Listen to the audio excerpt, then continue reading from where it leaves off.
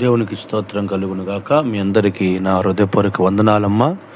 మీరు బాగుండాలని, మీరు మీ కుటుంబాలు దీవెనకరంగా ఉండాలని ప్రతినిత్యము నేను మా సంఘము ప్రార్థిస్తున్నాము. మీకు ఏదైనా అవసరతలుంటే కామెంట్ రూపంలో పెట్టండి. వాటి కొరకు మేము ప్రత్యేకంగా ఉపవాసం ఉండి ప్రార్థన చేస్తాము. మీరు లైక్ చేయండి, షేర్ చేయండి. అలానే ఉదయకాలంలో వాక్యం ఉంటే అంతా మనకు ఆశీర్వాదకరం. యెషయా రాసిన గ్రంథంలో 41వ అధ్యాయంలో కొన్ని వచనాలు అక్కడ ఒక మాట రాయబడి ఉంది. నీ దేవుడైన యెహోవాకు నేను భయపడవద్దు, నేను నీకు సహాయం చేసేదను చెప్పుచు నీ కుడి చేతిని పట్టుకొని ఉన్నా. మొదటగా దేవుడు మన కుడి చేయి పట్టుకొని ఉండాలి. మనల్ని దేవుడు ముందుకు నడిపించాలి. దేవుడు మనల్ని ముందుకు నడిపించాలంటే, దేవుడు మనల్ని ముందుకు కొనసాగింపు చేయాలంటే మొదటగా మనం చేయాల్సిన పని ఏంటంటే, దేని విషయంలో కూడా మనం భయపడవద్దు. ప్రతి విషయంలో కూడా మనము భయపడకూడదు. దేవుడు నువ్వు నమ్ముకుంటే ఆయన నిన్ను పట్టుకొని నిన్ను ముందు కొనసాగింపు చేయాలంటే మొదటగా నువ్వు ధైర్యంగా ఉండటానికి ప్రయత్నించే.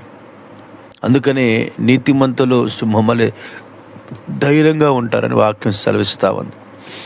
దేనికి భయపడుతున్నావు? దేనికి కన్నీళ్ళు పెట్టుకుంటున్నావు? దేనికి కృంగిపోతున్నావు? నా సహోదరి సహోదరుడా, ఉదయకాలంలో దేవుడు భయపడవద్దా అంటాడు. ఏ ప్రాబ్లం వచ్చినా వాటిని నేను సాల్వ్ చేస్తాను దేవుడు చెబుతున్నాడు. రెండోది, దేవుని యొక్క సహాయాన్ని ప్రభువు మనకు అనుగ్రహించాలని చూస్తున్నాడు. నీవు దేవుని సహాయం కొరకు ఎదురు చూస్తేనట ఆయన నీ కుడి చేయి పట్టుకొని ఉంటాడట. నువ్వు మనుషుల సహాయం కొరకు ఎదురు చూస్తున్నంతవరకు దేవుడు నీ చేయి పట్టుకోడంట. ఈరోజు నువ్వు ఎటువంటి ఆర్థికమైన సహాయంలో ఇబ్బందుల్లో ఉన్నా నా ప్రభు వాటన్నిటి నుంచి నేను విడుదల చేస్తాను.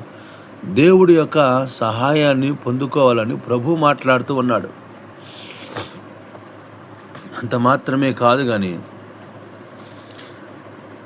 ఆయనని మనము మర్చిపోకుండా, ఆయనని మనం విడిచిపెట్టకుండా ఉంటే ఖచ్చితంగా దేవుడు మనల్ని ఆయన హస్తంతో పట్టుకొని మనం వెళ్ళవలసిన గమ్యస్థానానికి, వెళ్ళవలసిన మార్గానికి ప్రభు మనల్ని నడిపిస్తాడు.